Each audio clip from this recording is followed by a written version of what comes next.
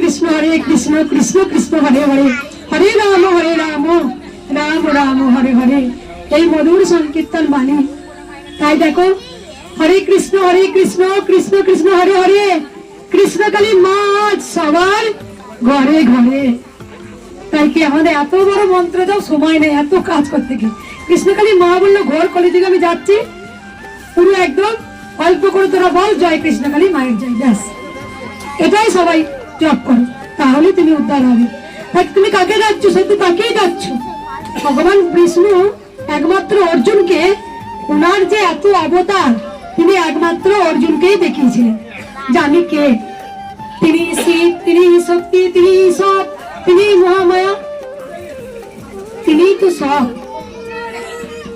তাই সকল ভক্তকে বলবো, শুধু একটা কথা বলবো, এই যে আপনারা যখন আসেন মায়ের কাছে, যখন দুঃখ হয় তখন মাকে জানান, ফুল মালা নিয়ে আসেন। কিন্তু এটা কি জানেন, আপনি একবারও বলেন হে পরম পিতা, হে গোবিন্দ তুমি ভালো থাকো?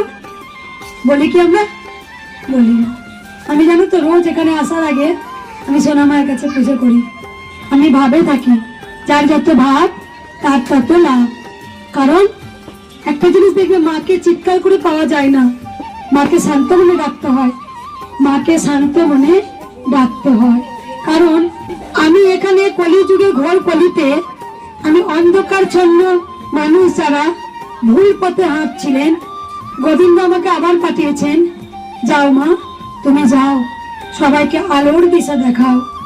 তোমরা সবাই জানো জলপড়া তেলপড়ায় এগুলো বুঝুন বাজুন, এগুলো কিচ্ছু নয়। কারণ তুমি গোবিন্দকে দেখো, তোমাকে উদ্ধার করা মালিক স্বয়ং গোবিন্দ।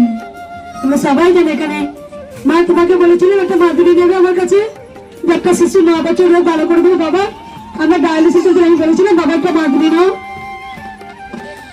কারণ আমি কি বলেছিলাম বাবা? একদম জয় কৃষ্ণকালী মায়ের নাম জপ করুন, তিনি আমাদের উদ্ধার করার মালিক।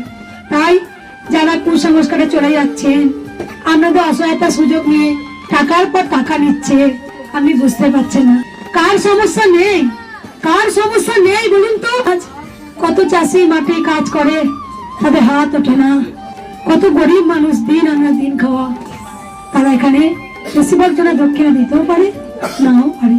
শুধু একটা কথাই বলেছি, ওগো তোমরা জয় কৃষ্ণকালী মায়ের জয় এই মন্ত্র ঘরে বসে জপ করুন। কারণ গোবিন্দই সব, সে সব পারে। দেখো রয়েছি বর্মা দিয়েছে, দেখো ভক্ত দেখো রয়েছি বর্মা দিয়েছে। তার স্বামীর ক্যান্সার হয়েছিল, একটু পিছিয়ে চলো। ওই মায়ের স্বামীর ক্যান্সার হয়েছিল, ওর মাকে মানসিক করেছিল, যদি আমার বড়, ওই যে মা পিছনে আছে মনে কি মা, এই মা বলেছিল আমার স্বামী যদি বড় রোগ ভালো হয় তাহলে বড় মাকে আমার মঙ্গলা মায়ের হাতে রাখবো। বড় বড় নৈহাটি মা দিয়েছে।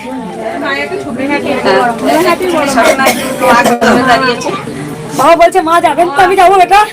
আমি সোনামার কৃষ্ণকালী মা, এখানে দেখুন সোনামায়ের 4টে হাত, কৃষ্ণকালী মায়ের 4টে হাত, আর আমার কত হাত? 2টো। কথা হচ্ছে